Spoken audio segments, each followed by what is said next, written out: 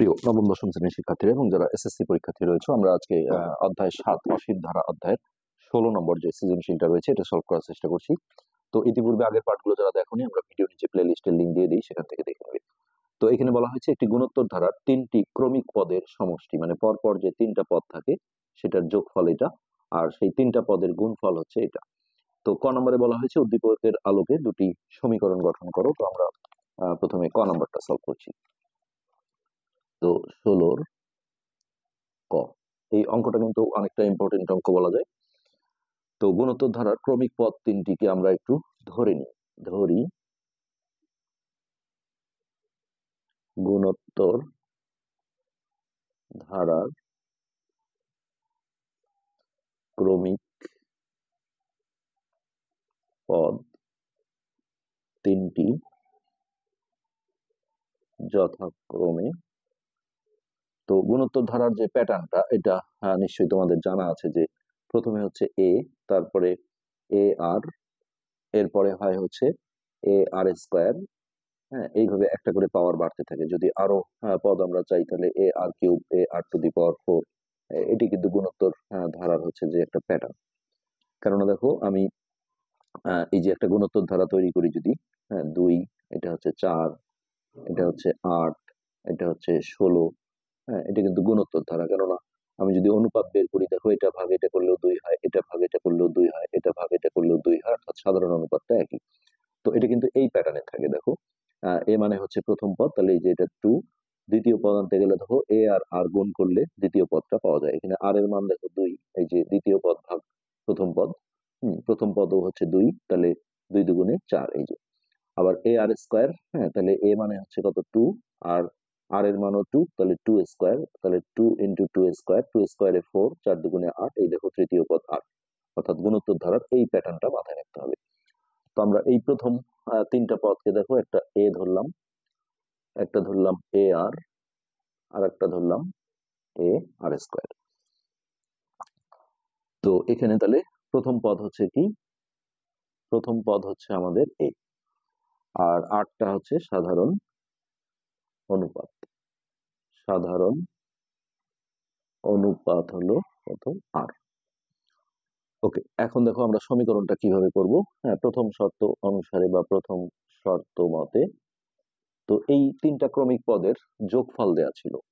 তার মানে আমরা এ প্লাস এ আর প্লাস এ আর স্কোয়ার, এইটা সমান লিখবো যে যোগফলটা দেওয়া ছিল 24 সমস্ত 4/5 দিয়ে। এটা মিশ্রটা আমরা ভাঙাবো পরবর্তীতে, আপাতত এইভাবে রাখলাম। আর দ্বিতীয় শর্ত মতে এই 3টা পদের যে গুণফল দেওয়া ছিল, আমরা এই 3টাকে গুণ আকারে যদি লিখি, তাহলে এ গুণন দ্বিতীয় পদ হচ্ছে এ আর গুণন এ আর স্কোয়ার, এটা সমান হচ্ছে 64। তো এটা হচ্ছে 2 নং সমীকরণ। তো এখানে গুণনের কাজ আছে, আমরা না করে আপাতত এইভাবে রেখে দিলাম। ক নাম্বারটা আমাদের কিন্তু হয়ে গেল। এখানে দুটো সমীকরণ চাওয়া হয়েছে। তো এরপর খ নম্বরে যদি আসি আমরা, ধারাটির প্রথম পদ এবং সাধারণ অনুপাত নির্ণয় করো। তাহলে ক থেকে আমরা দেখো ওই সমীকরণগুলো নিয়ে এসে এখন কাজ করব। তাহলে ক হতে এ প্লাস এ আর প্লাস এ আর স্কোয়ার সমান হচ্ছে 24 সমস্ত 4/5। এটা ছিল আমাদের 1 নং। আর এই সমীকরণটা আমরা নিয়ে আসি এ ইন্টু এ আর ইন্টু এ আর স্কোয়ার সমান হচ্ছে 64। এটা হলো আমাদের 2 নং সমীকরণ। তো এখন দেখো আমরা 2 থেকে কাজ শুরু করব। 2 হতে এই যে এখানে আমাদের এ এ 3টা এ গুণ করলে হবে এ কিউব, আর আর স্কোয়ার আর আর গুণ করলে গুণনের সময় পাওয়ার যেহেতু যোগ হয়, তাহলে এখানে 1 পাওয়ার আছে, এটাও দেখো আর কিউব, আর এটা হচ্ছে 64 থেকে গেল। এবার এই দুটোকে আমরা দেখো একসাথে ব্র্যাকেট দিয়ে একটা কিউব দেব, এ আর কিউব, আর এটাকে 4 এর উপর কিউব দেব। তো এটা যে বিষয়টা, যে যখনই ভিত্তি ভিত্তি একই হয় তখন এই পাওয়ার পাওয়ার পাওয়ার আর পাওয়ার যদি একই হয়, তাহলে এটা ক্যান্সেল করে ভিত্তি সমান ভিত্তি এটা লেখা যায়। তো এখন আমরা লিখবো এ আর সমান 4।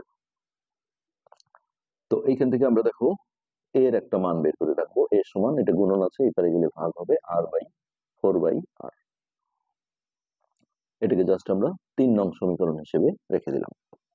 এখন এই এর মানটা নিয়ে গিয়ে আমরা 1 নং সমীকরণ যেটা আছে এখানে বসাবো। তাহলে এ এর মান একে বসাই।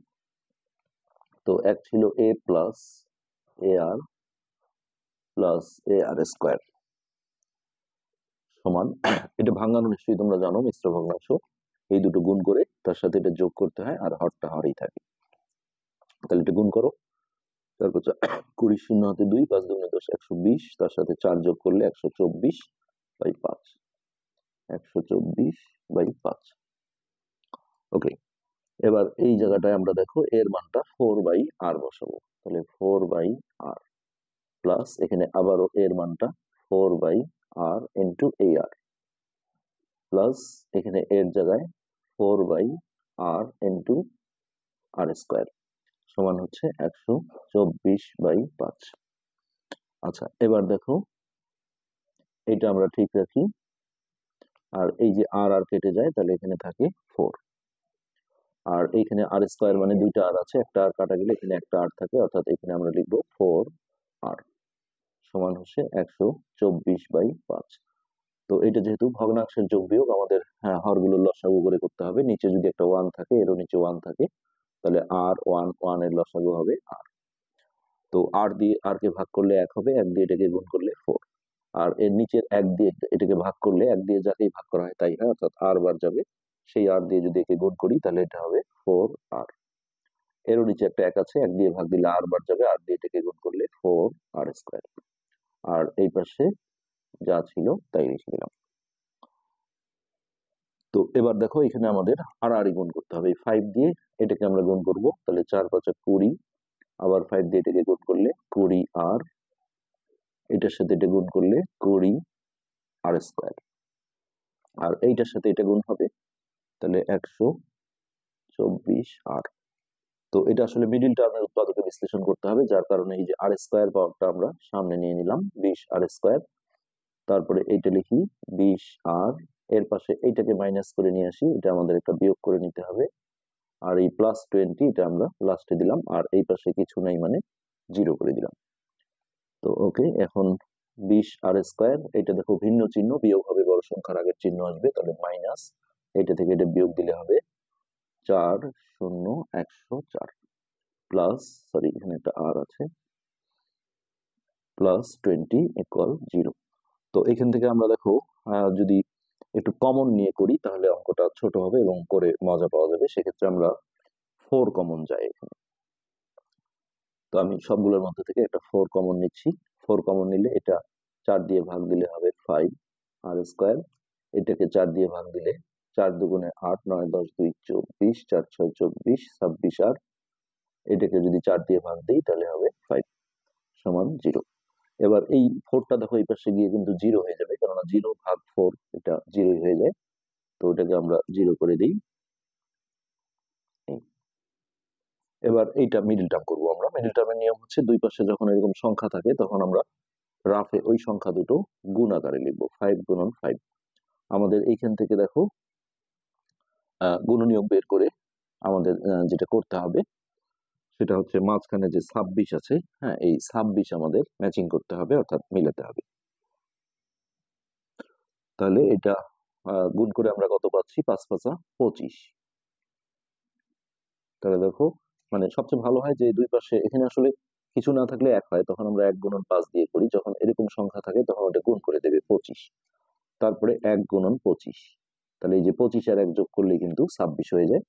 এই যে 26 আমরা মেলাতে গেলে কি করব, প্রথমে 5r স্কোয়ার মাইনাস 25r, যেহেতু মাইনাস 26 আনতে হবে তাহলে দুটোই মাইনাস দিতে হবে, মাইনাস 1r মানে মাইনাস r প্লাস 5 ইকুয়াল 0। এবার এই দুটোর মধ্যে থেকে দেখো 5r কমন যায়, তাহলে এখানে থাকে r মাইনাস, এটাকে ভাগ দিলে এটা হবে 5, আর কোনো কিছু কমন না গেলে একটা 1 নিতে হয়, তো এই মাইনাসটার কারণে সাইনটা চেঞ্জ হয়ে যাবে r মাইনাস 5। এবার এইটা আমরা সরি r মাইনাস 5টা কমন নিয়ে নিলাম, তাহলে এইটা এইভাবে চলে আসলো। আচ্ছা, এবার দুইটা রাশির গুণফল 0 হলে আমরা জানি একবার এটা সমান 0 দিয়ে একটা মান বের করতে হয়, আর একবার এই পাশে যে অংশটা আছে 5r মাইনাস 1 এইটা সমান 0।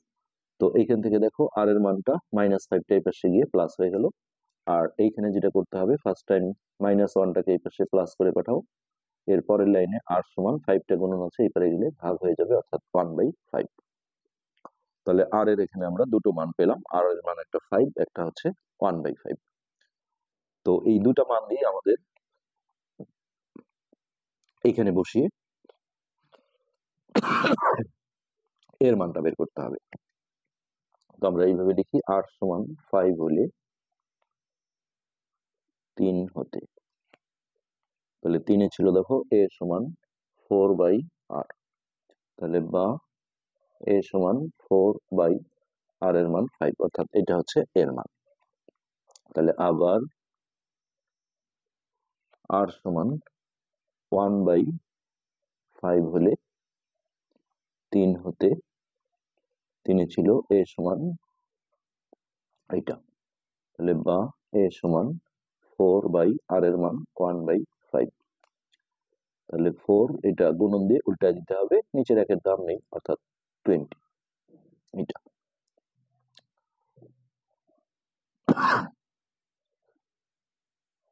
আচ্ছা, এখন কি চাওয়া হয়েছিল, প্রথম পদ এবং সাধারণ অনুপাত নির্ণয় করো। তো প্রথম পদ মানে হচ্ছে কি এর মানটা, তাহলে আমরা এইভাবে লিখি যে প্রথম পদ, দেখো এর মান যদি 20 হয়, হ্যাঁ, সেখানে সাধারণ অনুপাত অর্থাৎ আর এর মান ধরতে হবে 1/5। প্রথম পদ 20, সাধারণ অনুপাত 1/5। আবার প্রথম পদ যখন 4/5, হ্যাঁ, তখন আর এর মান হচ্ছে 5। তাহলে প্রথম পদ দুটো করে উত্তর, প্রথম পদ হচ্ছে 4/5 আর সাধারণ অনুপাত 5। প্রথম পদ 20 হলে সাধারণ অনুপাত হচ্ছে 1/5, আর প্রথম পদ 4/5 হলে সাধারণ অনুপাত হচ্ছে 5। এইভাবে কিন্তু আমাদের, হ্যাঁ, জোড়া উত্তর হবে, অর্থাৎ এখানে ডাবল উত্তর দিতে হবে। তো এরপর গ নম্বরটায় আসি, সাধারণ অনুপাত 1/5 হলে ধারাটির অসীমতক সমষ্টি নির্ণয় করো। তো সাধারণ অনুপাতটা দেখো এবার ফিক্সড করে দিয়েছে, তো আমরা গ নম্বরে আসি। তাহলে সাধারণ অনুপাত আর সমান 1/5, আর এ যেটা প্রথম পদ এ। তাহলে দেখো সাধারণ অনুপাত 1/5 হলে আমাদের এর মান যেটা সেটা নিতে হবে। এই যে সাধারণ অনুপাত 1/5 যখন ছিল তখন এর মান, প্রথম পদের মান ছিল 20, এইটা দিয়ে আমাদের কাজ করতে হবে। তো আমরা প্রথম পদে এখানে লিখব 20।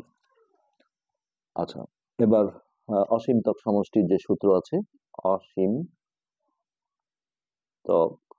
সমষ্টি এস ইনফিনিটি সমান হচ্ছে a/1 - r। তো এই জায়গায় আমরা যদি মানটা বসাই, এর মান হচ্ছে 20, 1 মাইনাস আর এর মান 1/5। তো নিচে আমরা লসাগু করে বিয়োগটা করে নেব, উপরে 20 থাকলো, এর নিচে একটা 1 আছে, 1 আর 5 এর লসাগু 5। তো এই নিচে 1 দিয়ে এটাকে ভাগ দিলে 5 বার যাবে, 5 দিয়ে গুণ করলে এটা 5 × 5, 5 দিয়ে 5 কে ভাগ করলে 1, 1 দিয়ে 1 কে গুণ করলে 1। তাহলে এটা হচ্ছে 20 বাই, এটা বিয়োগ করে হচ্ছে 4/5। এবার দেখো আমরা উপরের 20 লিখে গুণন চিহ্ন দিয়ে ভগ্নাংশটা উল্টায় দেব। তো এটা কাটাকাটি করলে 4 × 5 = 20, তাহলে এটা হচ্ছে 5 × 5 = 25। এটাই হচ্ছে আমাদের এই কোশ্চেনের অ্যান্সার। তো এটাই ছিল আমাদের আজকের পার্ট, আজকে এই পর্যন্তই, ধন্যবাদ।